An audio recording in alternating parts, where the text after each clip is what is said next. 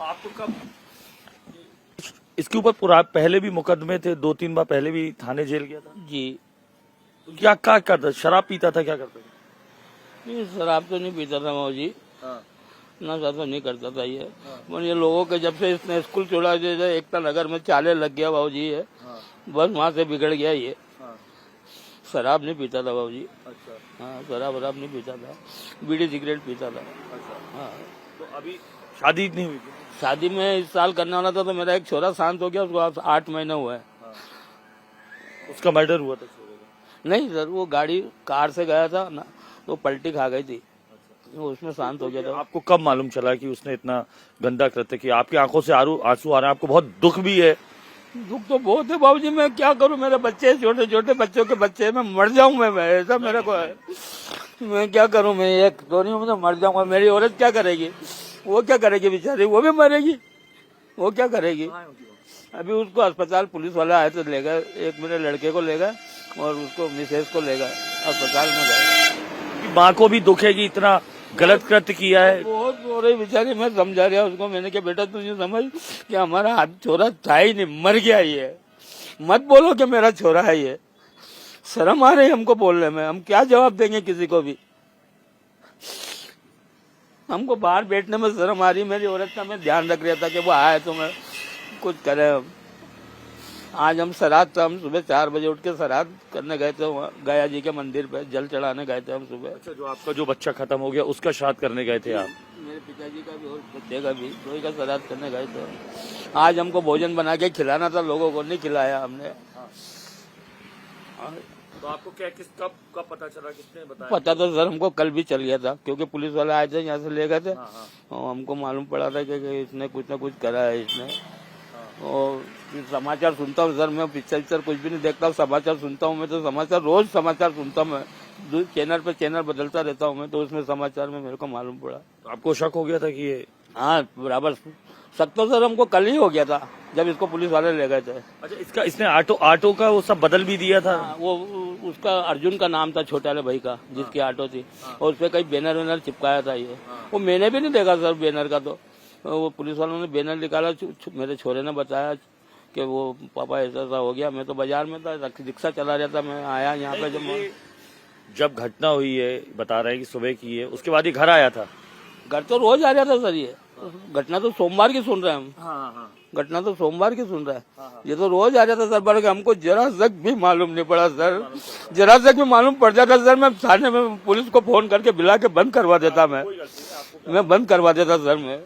हाँ, और मैं तो ये चाहूँ कि पुलिस ने क्यों पकड़ा, उसको पकड़ना नहीं था, गोली मार देनी थी उसको हाथ के हाथ ही, तो हम कम से कम वरी तो हो जाते, हम वरी तो हो जाते कि मर गया चोरा हमारा,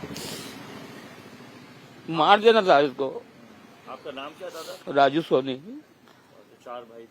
4 भाई थे, जिसमें से 2 भाई है, नहीं एक ये है, तो अब ये तो हम नाम ही नहीं लेंगे अब इसका, हम नहीं लेंगे। अब 2 बच्चे हैं मेरे। आपके लिए खत्म हो गया? हाँ खत्म हो गया बाबूजी, क्या मतलब है उससे, कितना गंदा काम करा उसने बाबूजी, समाज के अंदर किसके भरोसे। लाड़ी है मेरी, जो 2 लाड़ी है, ये तो कभी भी कुछ भी कर सकता है सर, ये क्या भरोसा है इसका। इन्हें अपने आप का तो ख्याल नहीं रखा, बाकी मेरे का तो ख्याल रखता है। मेरा मकान टूट जाएगा तो मैं कहाँ जाऊंगा बाबूजी, मैं ये बच्चे कहाँ लेके जाऊंगा मैं। मेरे पिताजी भी झुग्गी झोपड़ी में रह के मर गए, मैं भी झुग्गी झोपड़ी में रह रहा हूँ। मैं यहाँ पे मैं मिस्त्री का काम करता था बाबूजी पहले, तो अभी मेरे लड़के ने ई रिक्शा दिला दी मेरे को, बोले पापा आप ये चलाओ। बोले 4 ही लड़के थे, कोई लड़कियां नहीं है? लड़की एक थी बड़ी, उसकी शादी कर दी थी मैंने। 2 बहू हैं? 2 बहू है सर, 2 ही बहू यहीं रहती है, 2 ही क्या बाल बच्चे है।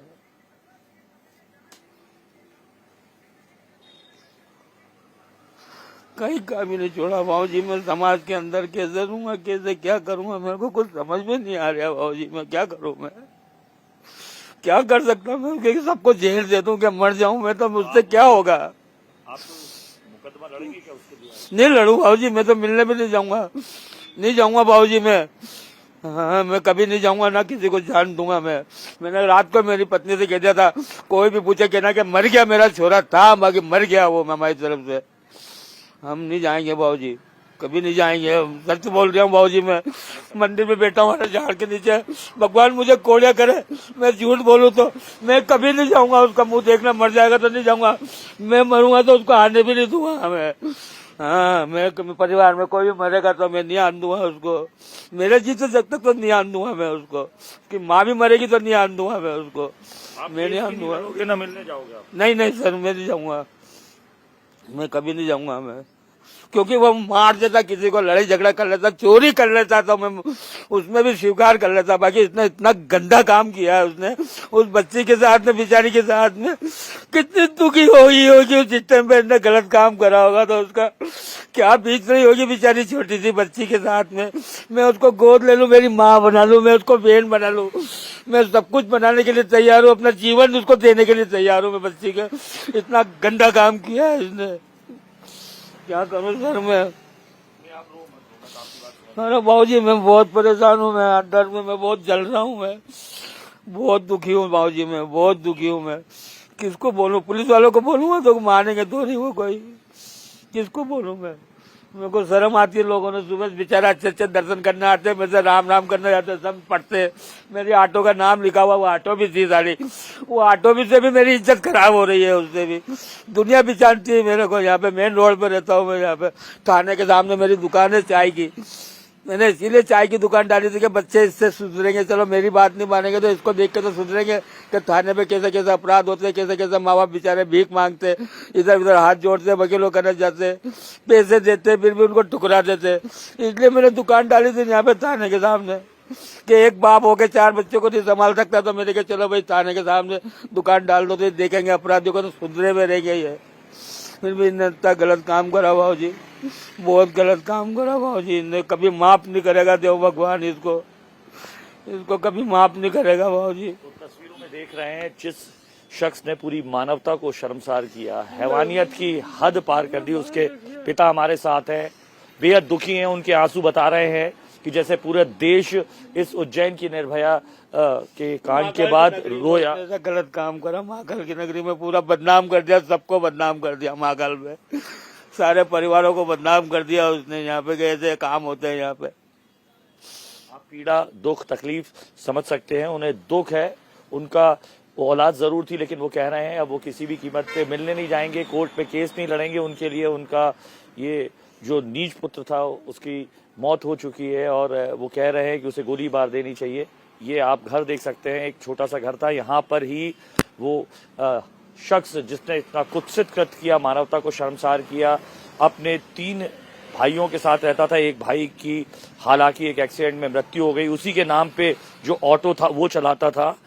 पिता का दुख यहाँ पर देख सकते हैं आप साफ तौर पर। लगातार बात करने के दौरान रोते हुए नजर आ रहे हैं। छोटी सी ये गुमटी है जिसमें वो रहते थे, साथ में उनकी माँ है, 2 बहुएं भी हैं। उनके पिता को ये अफसोस है कि उनकी ऐसी औलाद रही जिसने महाकाल की नगरी में ऐसा पाप कृत किया, घृणित कृत किया, जिसके चलते वो खुद भी शर्मिंदा हैं और उन्हें इस बात का बेहद दुख है कि वो उनकी औलाद थी। कैमरा पर्सन प्रदीप त्रिवेदी के साथ अनुराग अमिताभ, इंडिया टीवी, उज्जैन।